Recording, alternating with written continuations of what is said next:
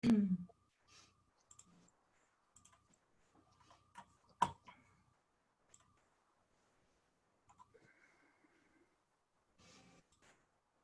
recording. That's good. Yeah, I just got to get the page going. Alrighty.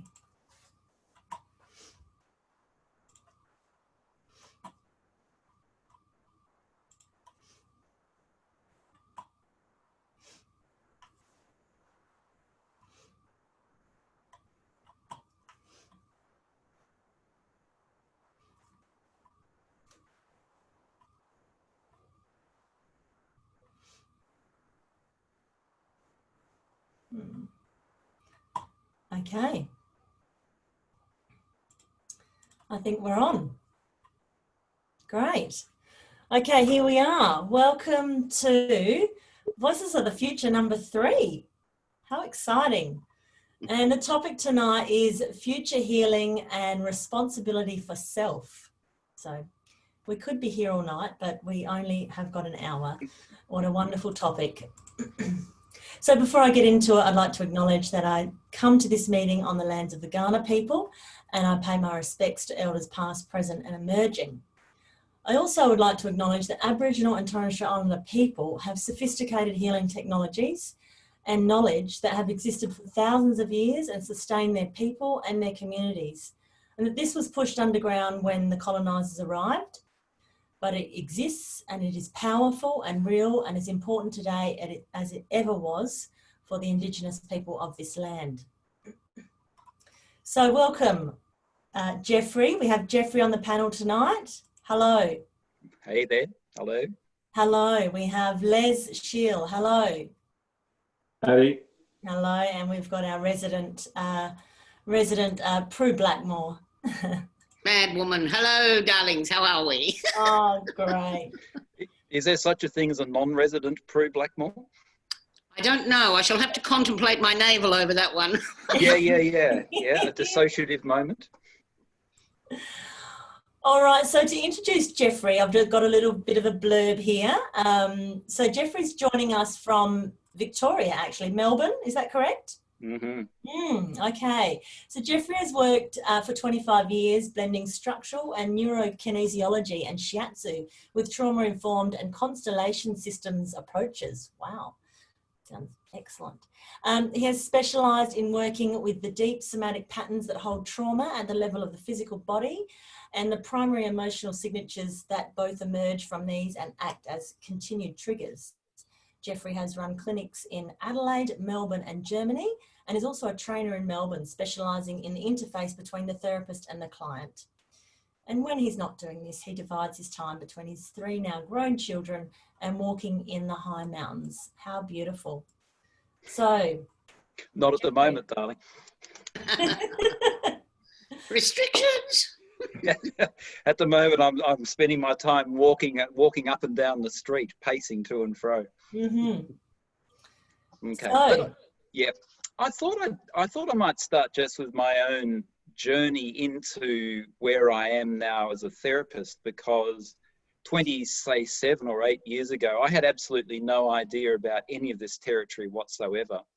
No, probably, 28 years ago. So my son was born 28 years ago, and he didn't sleep at all lying down for the first 2 years of his life. The only way he would sleep was if I or my partner of the time were to carry him.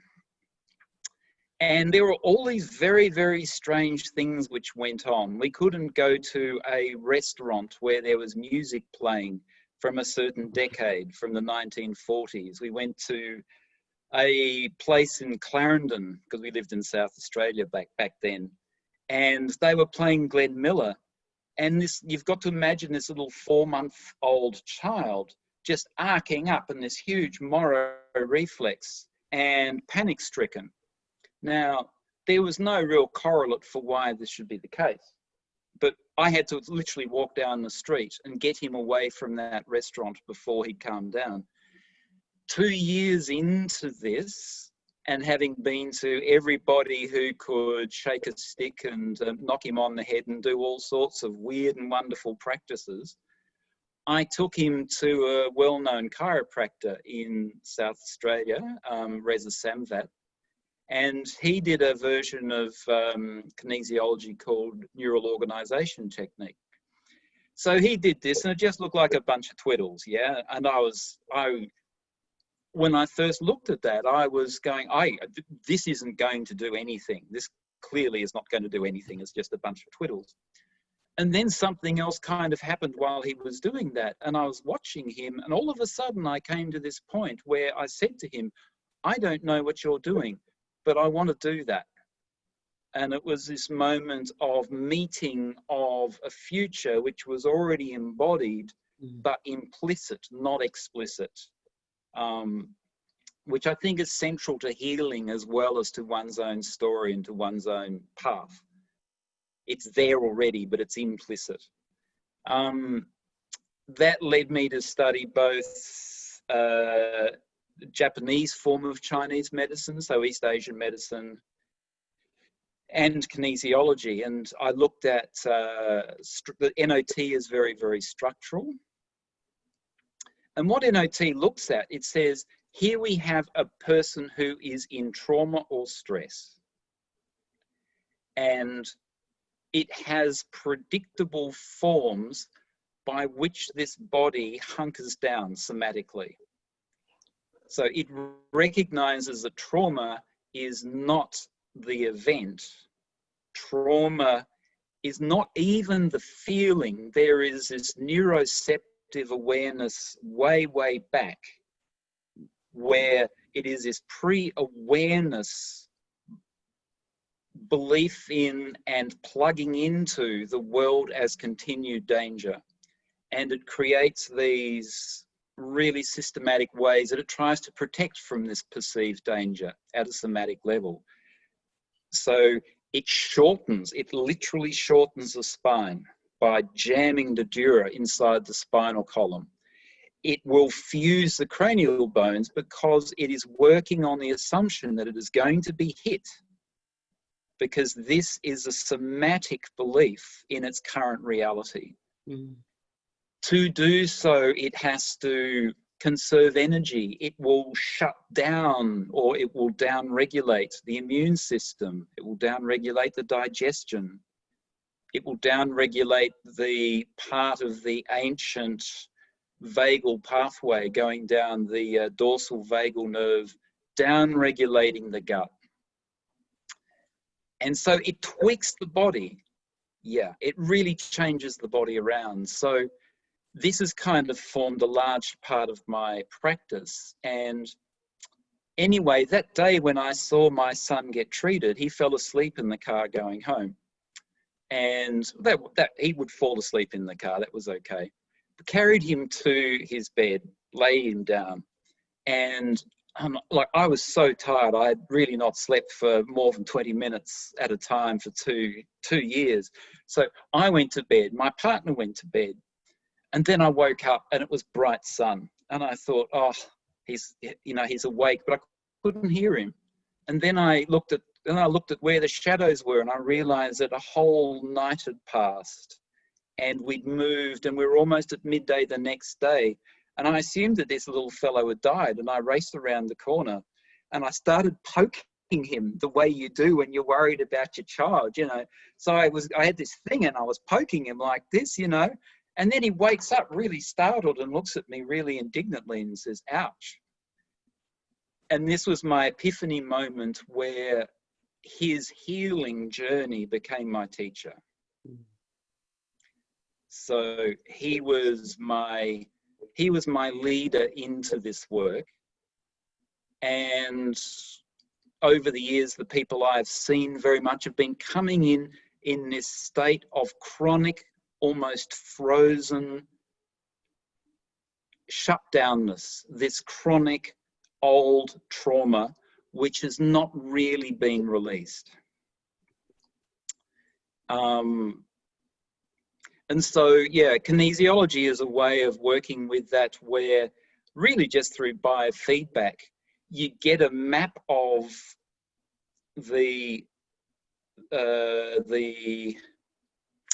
the limbic brain's relationship to this. So the limbic brain will just say, I'm just going to give you primary primitive emotion.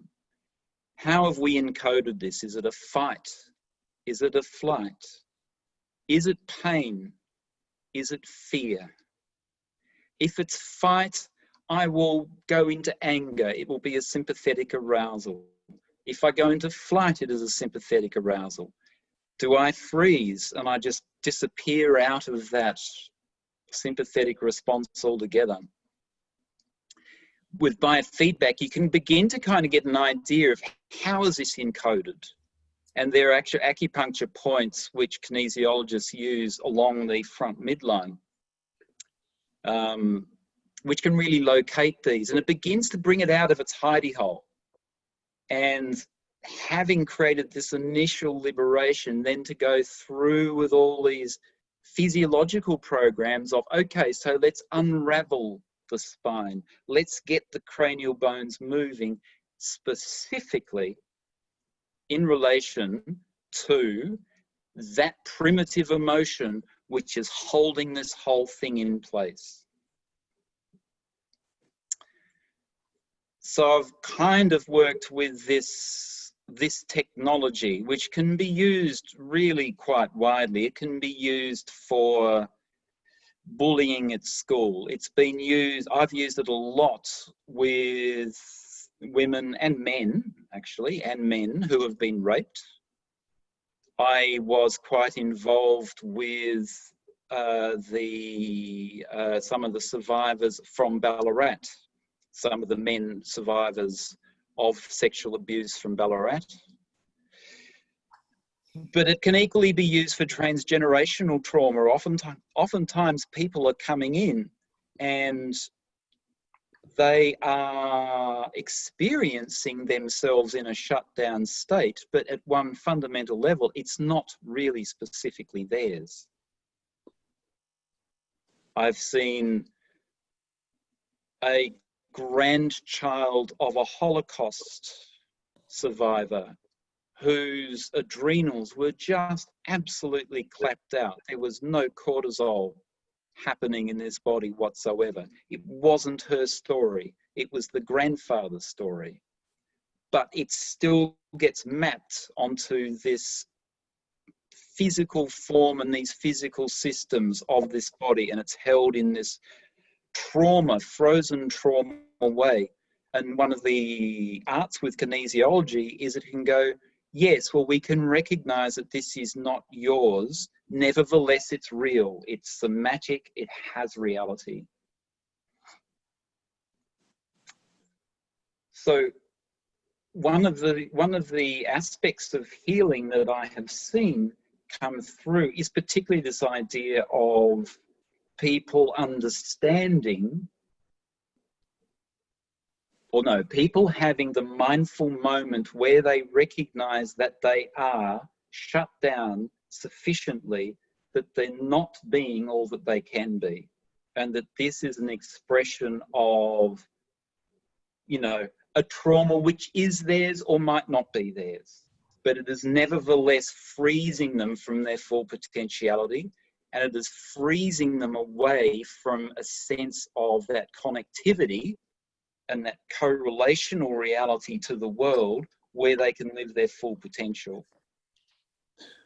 So in terms of working in a clinic, what I've really enjoyed over the years is to participate in people who are opening up not only their own history to create a freedom and a flow where there hadn't been a freedom and a flow, but that it's intergenerational, that it involves a freeing of a transgenerational program and a line of stress, which, you know, which if unexamined just gets played out again and again in parenting forms, in belief structures, in limitations placed upon the next generation, in systems which are constructed to reflect the ground reality of trauma, which is really that the forebears were not safe, and they construct systems predicated on a lack of safety So they create these separated systems.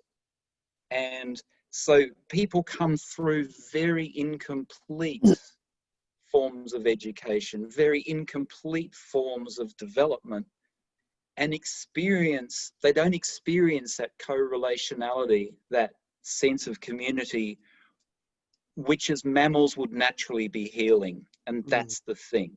A mammal is designed to correlate. We are designed to correlate, and it's in that co-relating that we can become all that we can be. And where I would see the responsibility of healing is at the individual level, to overcome those limitations and to overcome the freeze, to overcome the shutdown or lack of potentiality. But at a familial level, to stop the pattern perpetuating generation after generation after generation, that there isn't a family constellation of shutdownness happening again and again. And unexamined, it does, you know. My great-grandmother was a concert pianist, and she performed in London, and she was in love with this guy who was an explorer, and he went missing and disappeared. So her father married her off to this much younger ne'er-do-well kind of adventurer, who promptly said, well, let's go to New Zealand where we'll find gold. And she said, yeah, can I play piano there? And he said, of course, New Zealand in the 1890s, there's going to be tons of concert stadia where you can perform at. And of course, there weren't many at all. And her life began to go in and in and in. So she invested her life in her child. But the father then signed him up to the First World War when he was 16. And she put her arms around him, put her arms around the father's legs and begged him not to. And he kicked her off. And then she wrote to the War Office a few months later looking for news, which the War Office wouldn't provide. And she'd moved out. Did she move out? Was she kicked out? I don't know. Her life from then went in this downward spiral. She died a drunk on the streets of Sydney 15 years later, unmarked grave. I had this irrational fear for years of homelessness and of total loss. It was only when I discovered she was excluded from the family story. No one talked about her. And what is excluded is unexamined. And what is unexamined is not healed. And so it tends to keep taking form again and again. My father tried to exclude his brother from the family. I was worried about homelessness. Yeah. So there was this unexamined recycling of trauma. And it was only when I became aware of it and then felt what it felt like in my body that I could begin to undo that. So I see the future really of healing as ending toxic, maladaptive family patterns, as well as clearing one's own stuff. And that at a collective level, we can begin to create more generative social spaces as a result of inhabiting less social trauma, less collective trauma. And to do that needs the courage to witness what trauma has been done to people, to hear story. And then there can be the collaborative linkages. You need to witness before you create linkage. But I see an individual's healing journey as rippling out this wide into the collective space, into the witnessing space, into the, you know, the re-communitying of our society, as opposed to what's happening at the moment, where it's really separative. It's really, yeah, I'm here, here's my mind, here's my body, here am I separate from all you people on the screen. And in healing, I get to see, no, that's not really true. We're a bunch of interbeings. Mm. Yeah, where we suffuse and merge into each other. We're a continuation of each other. We're entangled in a positive way, even though we're identifiably separate. And this is different to the separation trauma that we have generated to collaborate on this agenda of being not safe in our world. So I guess, in part, what you're saying as a whole is that, you know, we will carry what is unhealed, irrespective of where it's come from or how it's arrived. We will carry it until it's healed. And that as for healing in the future, we need to go to the nuts and bolts of that. We need to get to that, the core issues of what's actually going on, but we have to become responsible for that. And as a collective, we have to stop victim consciousness and blaming each other and, you know, holding other people responsible for what's ours, and develop tools and ways for managing that better in the future. Yeah. I think that the other blaming, if one were to look at it just with a slightly more mindful eye, is to see the agenda of separation which goes on, and is to see the social stress level where there's sufficient like societal sympathetic arousal to go into fight flight and to find who is this that we blame here? Somebody must be to blame here. And it's really a symptom of this lack of this lack of this drop.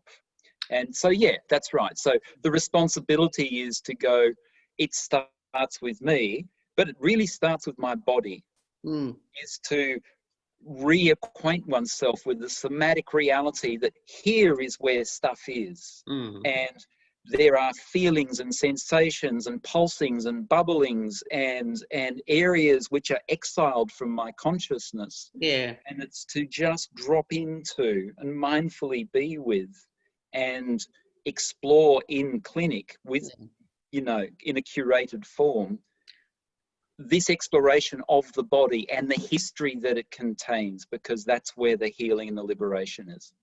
Excellent. Thank you so much, Geoffrey. I found that really poignant and totally reality-based for my worldview as well, I must say.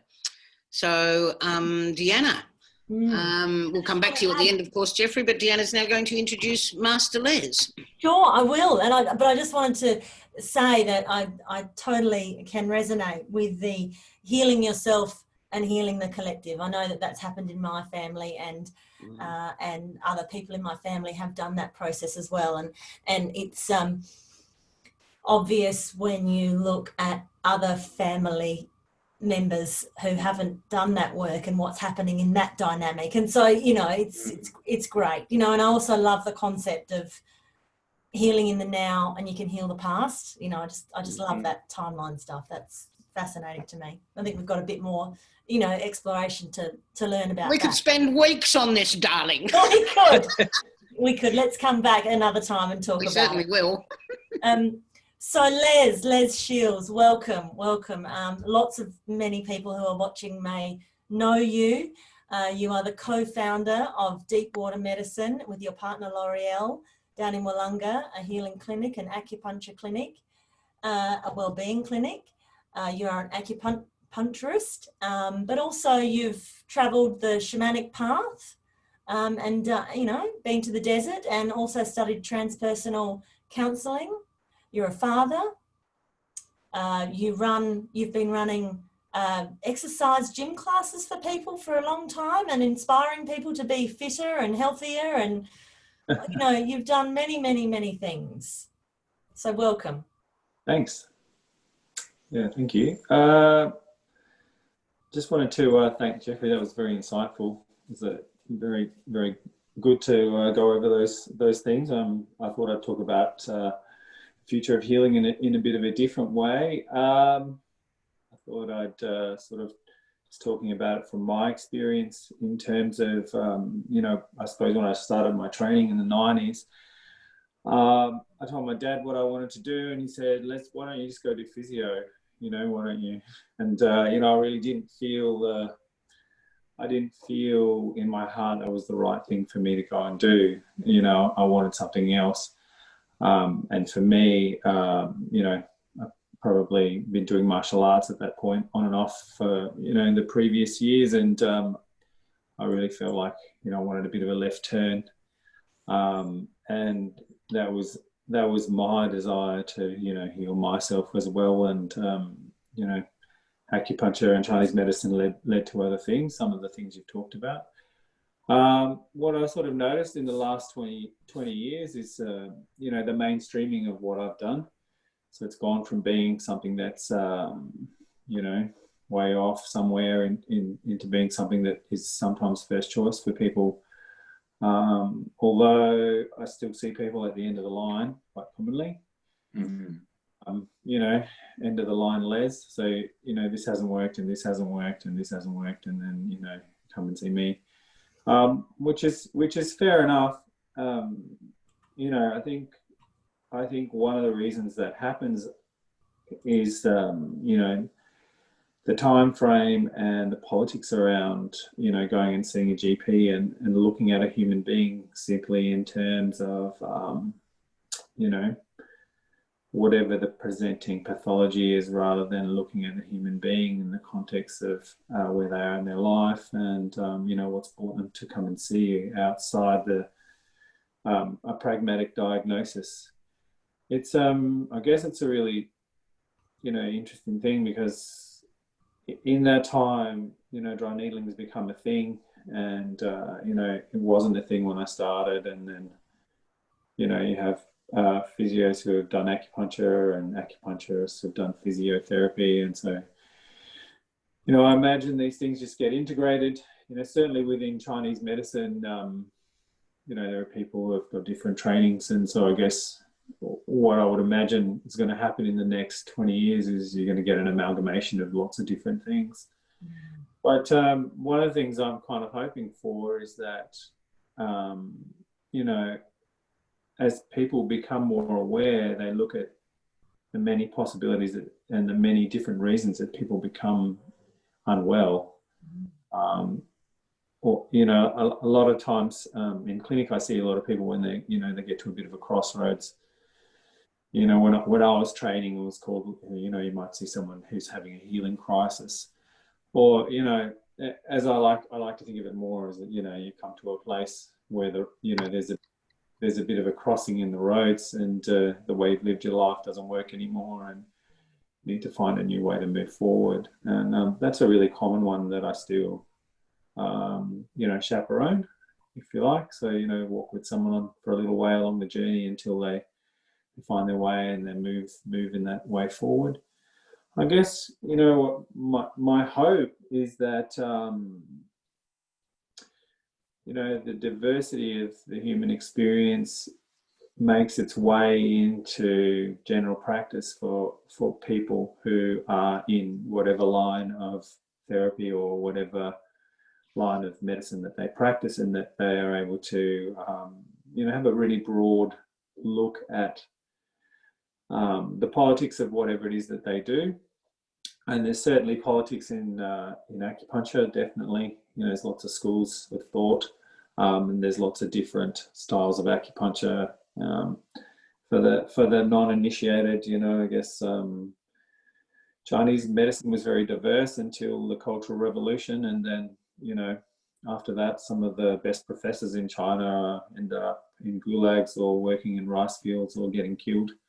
So you had a whole heap of knowledge that you know, went. And then, of course, after that, you know, they took the fundamentals of herbal medicine and overlaid them over acupuncture and made it into one system.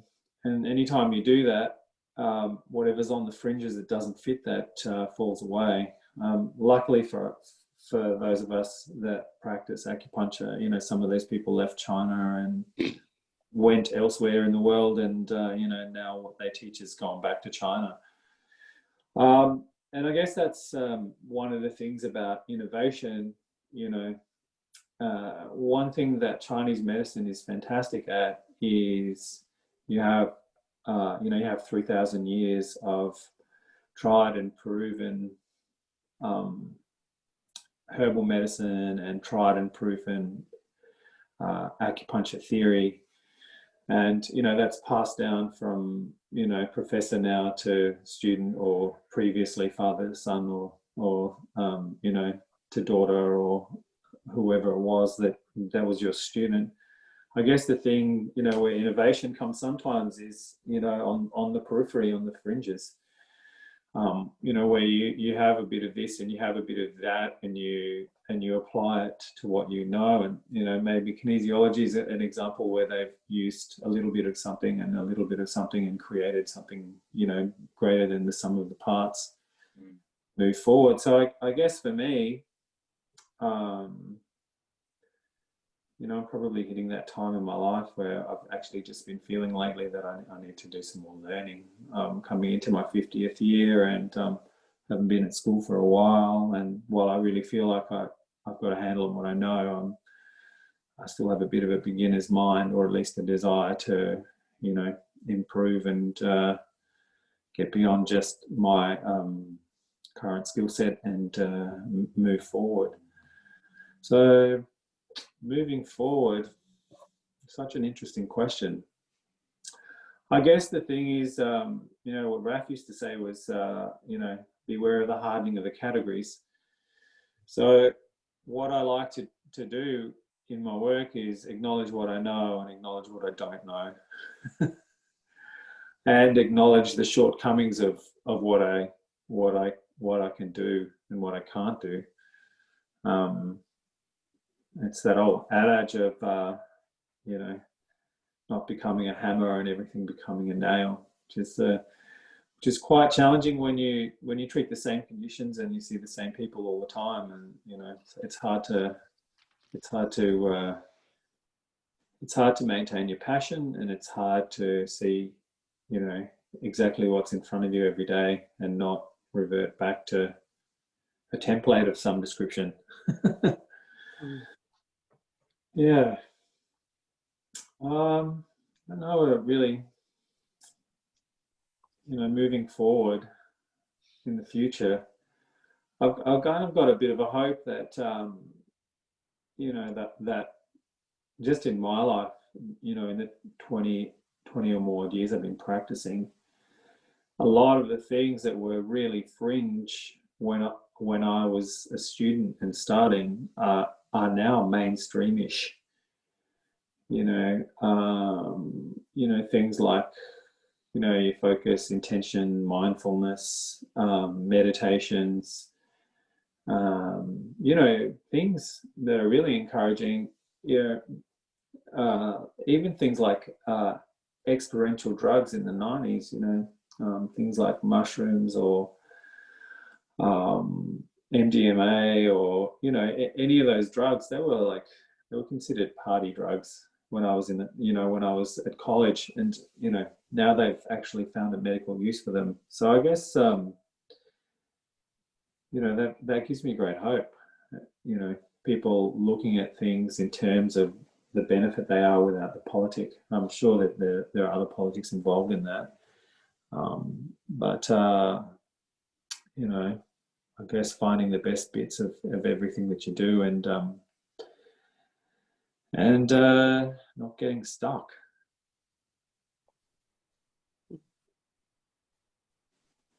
Liz, can I just ask, in the whole context of that and the evolution forward, one of the things that's become more mainstream, I think, is the transpersonal paradigm, the shamanic worldview. Yep. How do you see that in terms of your own practice now or into the future? Well, that's a really good question, Prue. Thanks for asking that question. I guess when people come in, you know, there's what the transpersonal paradigm sort of taught me was that, you know, some of my early adaptations to trauma, which were dissociative states, you know, from, well, you know, probably from violent trauma, really, let's face it.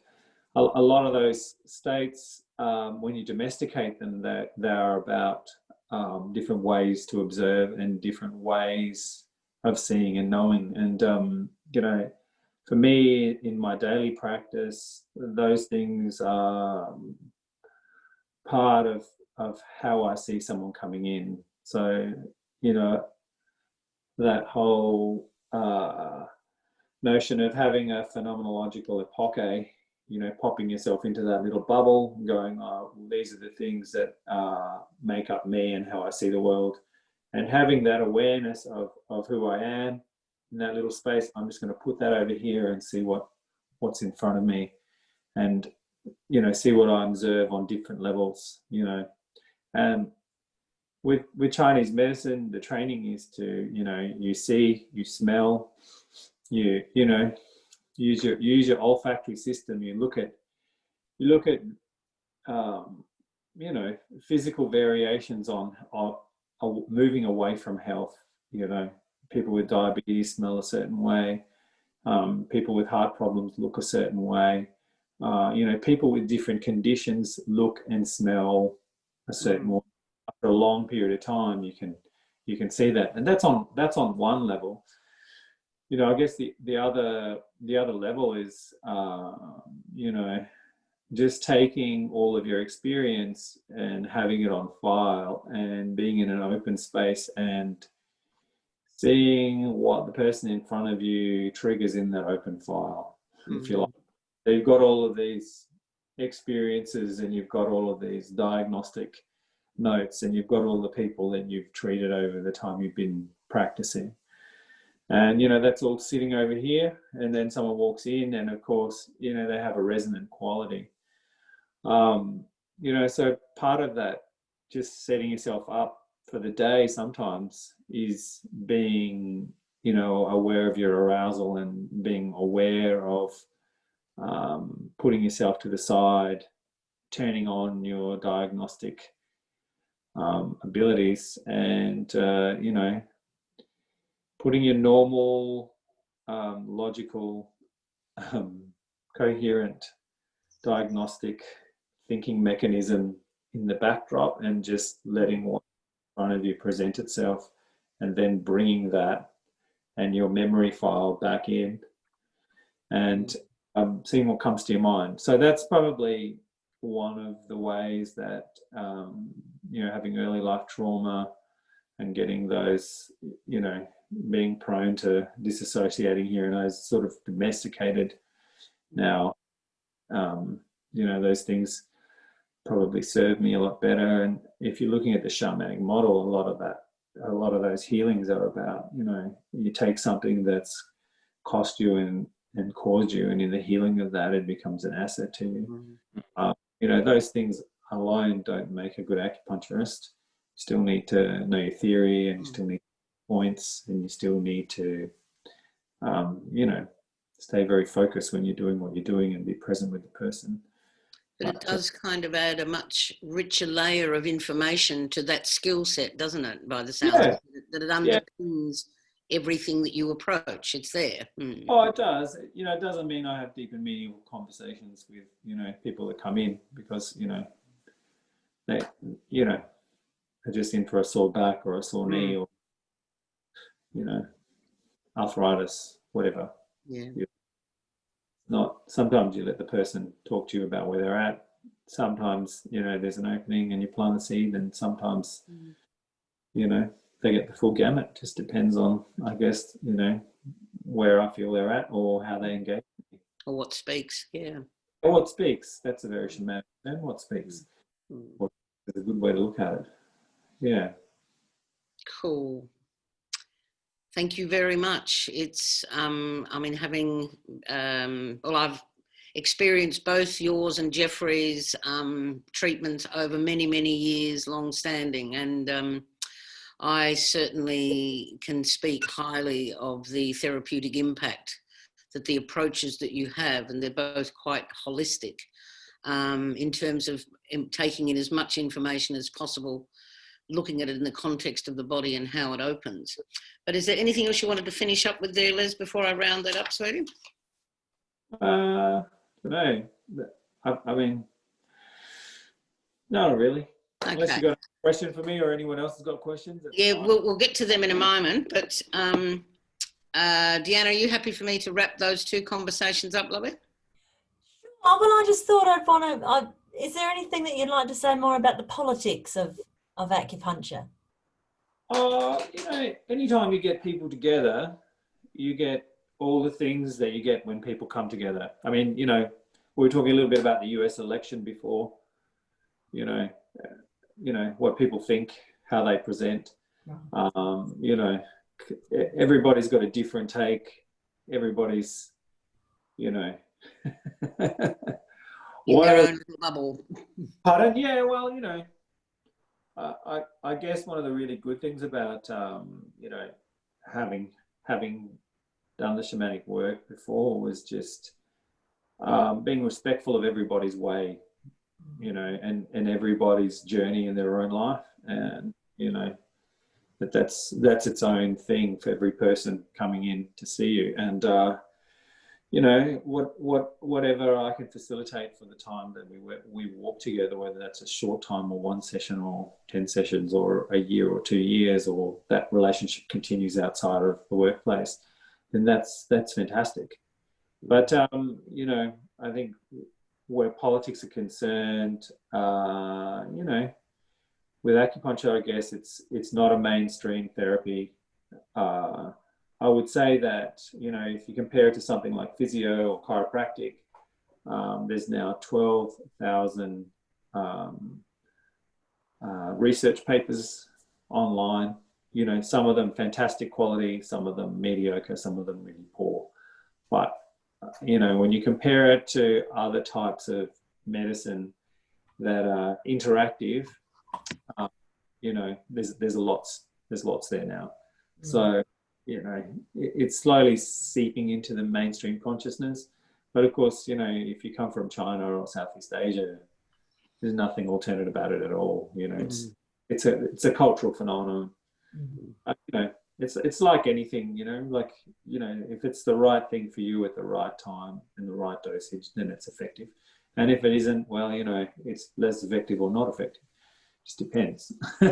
You'd like to hope that the people that are coming to see you, that you do a good job, that you represent yourself and you represent your field of medicine well on every day for every person that comes. So no pressure.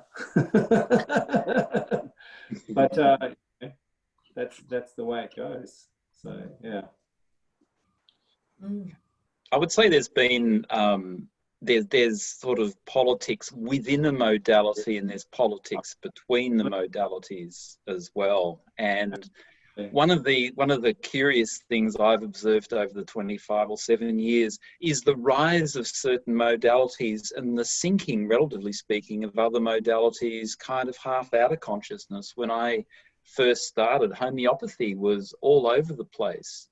And homeopathy has, there are still homeopaths around, but they're very few and far between in Melbourne now.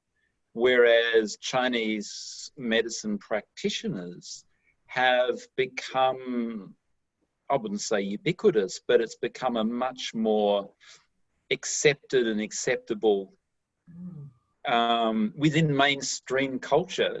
People are much more welcoming of it, whereas kinesiology is often sort of have this halfway house with it, because kinesiology itself, in some senses, is like this meta practice where you can do all sorts of things within kinesiology. So it's kind of gone, you've got this field over here, and you've got this field over here, and it can be very, very, very, very broad. And of course, people being people, it can create a certain amount of tension.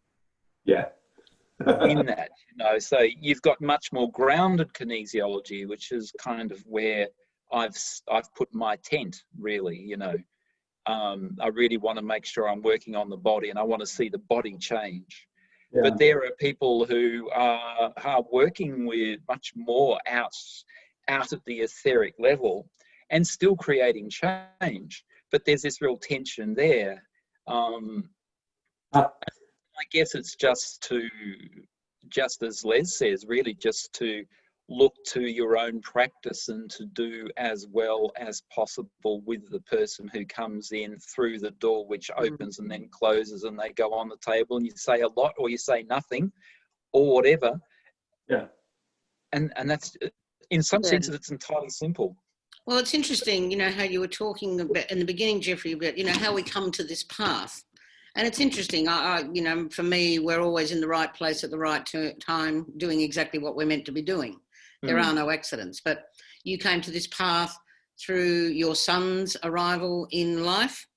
And I think circumstance takes us all to these things. You know, there's something that happens in life that points us in a certain direction that we may have never contemplated before, but suddenly the little aha moment goes on.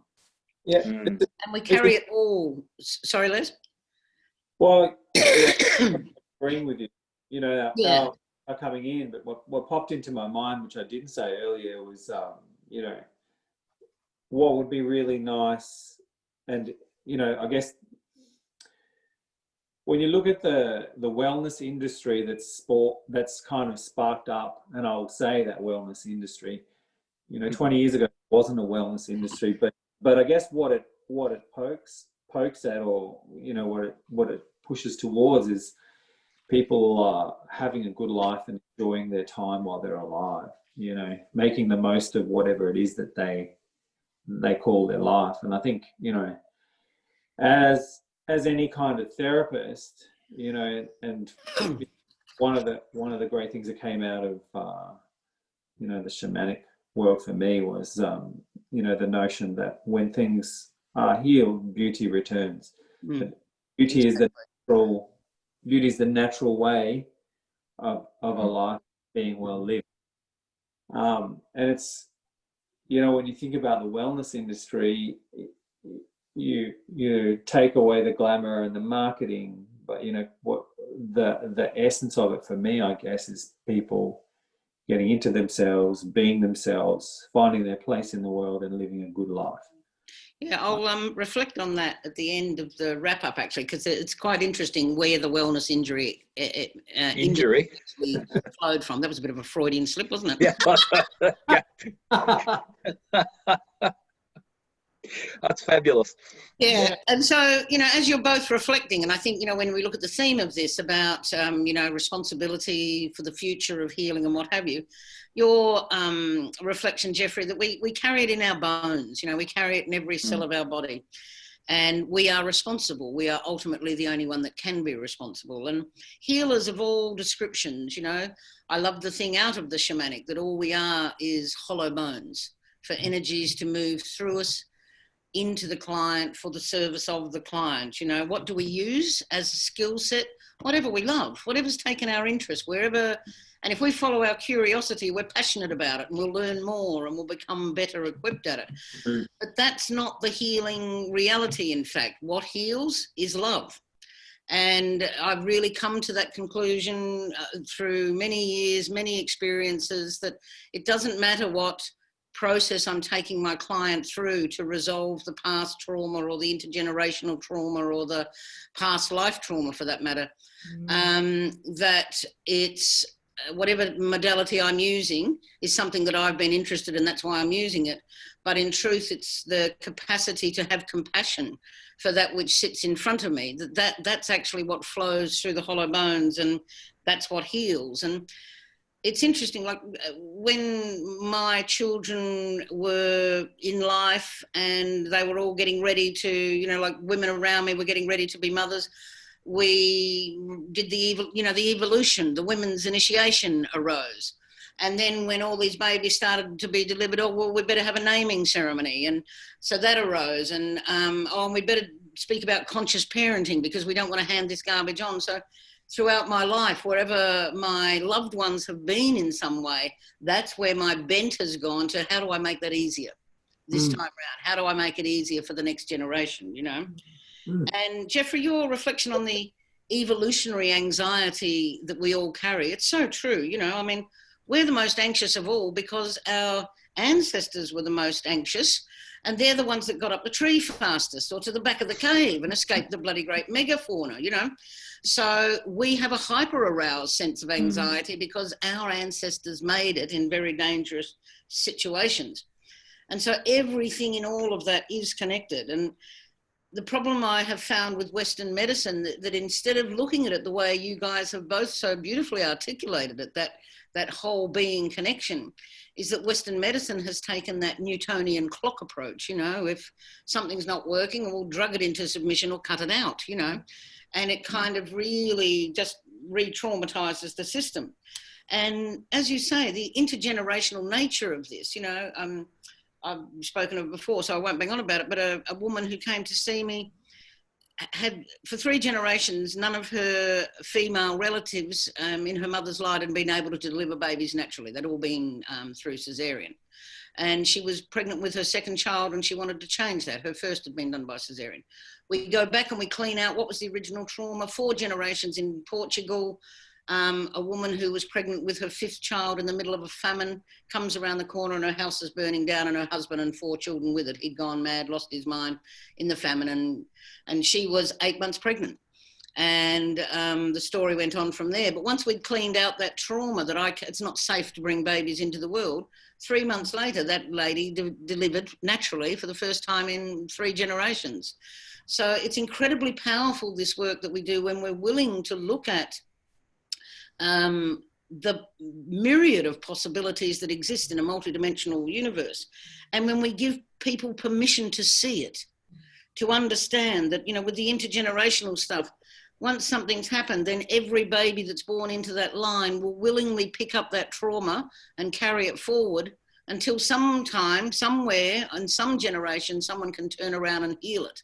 And when they turn around and heal it, they release the whole bloodline, past and future, because time is not a straight line, it's a circle. So by giving people these insights and understandings to this, it empowers them. It's whereas Western, it gives them the ability to resolve it, where there's not a lot in Western medicine that does that a lot of the time. And you're right, we live in a world where there is very real, incomplete education and understanding. We are not taught this stuff, and self-responsibility, cause and effect is something that should be taught in schools, but we get that whole victim blaming thing until we end up, as you were saying, Geoffrey, with the unexamined life. And as Socrates says, the unexamined life is the life not lived, you know. So teaching people to be personally responsible from the get-go, allowing them to understand how we carry this pain and trauma over and over again, and giving them the tools to understand it and see what war and endless human suffering has done to us all. You know, to understand that we're all one consciousness, and what we heal for ourselves, we place in the race mind. We heal for all. We push the boulders out of the way, creating an easier path for others to follow. And our bodies talk to us all the time about everything. But again, we're so taught in childhood to not listen to our emotions, to be quiet when we hurt ourselves, to pretend it didn't happen. We are given such powerfully negative messages about not listening to our bodies, our beings. And you both reflected on that kind of answering the call, that, you know, our parents might want us to do something, or our families might want us to do something, but when that nagging call is there, it must be followed. And life will keep pushing you back into it until we do. And the alternative practices, you both reflected well on that. What used to be fringe is now pretty well mainstream, of course, or is becoming more and more so. And that brings me to that wellness industry. The wellness industry grew out of the feminist movement of the 60s and 70s, when women demanded to have control back over their bodies. I mean, at that time, they couldn't determine anything about birthing. It was all controlled by the masculine medicine. This is how you'll hold your body in medicine. We had no control over abortion or things like that. We had no control over anything until the feminist movement of the 60s and 70s. And the wellness movement has kind of evolved from that. People want to own their own, be more responsible. No, this is my body. I will learn to look after how to relate to it, how to nurture it. And so it's interesting how the political affects the mundane and the mundane affects the political, you know. Medicine remains, in a very real way, a tightly controlled industry in the West, not so in the East, but in the West, you know, the governing bodies, the boards of councils, the surgeons, companies and all that. I mean, the AMA is the toughest union in the country, let's be honest, you know. And it is part of the patriarchy. And as a direct consequence, it takes on average 12 and a half years for a woman having reproductive issues. It takes 12 and a half years for that to get diagnosed in Western medicine. Kinesiology, you'd pick it up in a heartbeat. Acupuncture, you read it in the pulses, pick it up in a heartbeat, you will treat it effectively. But if it's left entirely up to Western medicine, 12 and a half years is a long time for something that afflicts 60% of women on the planet. And those are the things we live with. There's no doubt about it, you know. Everything that's manifesting in the body, I agree with both. I think you were saying it in particular, Geoffrey, that, you know, it manifests in the heart, it manifests in the mind. But once it's in the body, then it requires real intervention to process it through the body and out the other side. And in that sense, I think that's where the practitioner in a more responsible age becomes more of a guide, or as much of a guide as they do of a healer. You know what I mean? Yes, you are hollow bones for the magic you are weaving for your client, whoever's standing there in whatever capacity, but you're also much more the guide to help them understand that this is their responsibility too, and that they need to be more responsible for it. I mean, we are living in a modern world of information where all of these different places are coming together, East meets West, and, you know, it's all kind of melding and merging in ways that I think we can draw a lot out of it and create new realities. And, you know, that line you had, Les, about the hardening of the categories, I think that is so true. You know, there is so much specialised reality now that we spend more and more time breaking down things into smaller and smaller pieces until we're looking at equations and not at reality. We've stopped seeing the whole because we're focused on the parts. And it is interesting that Neptune, astronomically and astrologically, is in Pisces at the moment. Now, the last time Neptune was in Pisces, that's when Keats and Byron and Coleridge were smoking opium and writing all those wonderful poems that they wrote, you know, The Rime of the Ancient Mariner and Kubla Khan, etc. So it was very much mind-altering exploration at that time. The Theosophy Society was born last time Neptune was in Pisces. Here it is again for another decade or so. And so what will happen is that there'll be, I mean, Neptune represents the barrier between worlds, the illusions and the delusions and the thinning of the veil. So I imagine there's going to be a huge explosion of consciousness exploration that will readily feed into how, I mean, anyone that's done journeys with some of the plant medicines understands that in journeying through your consciousness to the source of trauma, the source of pain, actually resolves things very powerfully in the physical body, and that can happen very quickly. And of course, the clinical trials now with a lot of the plant medicines are showing remarkable results on things like addiction, depression, anxiety, PTSD. So it's a very exciting field, the field of consciousness, that everything begins in consciousness and ultimately manifests in the body. And the other point I found really interesting that you talked about, Les, was the pathways to those fields of consciousness. That there are two main pathways, it's true. One is trauma, which knocks you out of your body and allows you to dissociate. And it's when we dissociate that we go into the other realms in the service of our client or exploration or whatever. The other pathway is a really good imagination. So trauma, once you domesticate that dissociative response, you know, that which harmed you as a child or helped you escape, but then became more harmful as an adult, you're then domesticating it back to be the vehicle through which you journey. And a rich imagination will give you exactly the same facility. But it breaks us free. It breaks us free. And in bracketing ourselves and coming to that temenos, that sacred space that our client dwells within, wellness really can evolve. Self-responsibility can evolve. And when we're responsible for ourselves and we understand that, then we can heal ourselves of anything that's going on in there. So I really enjoyed listening to both of you this evening, guys. I found that incredibly informative and useful.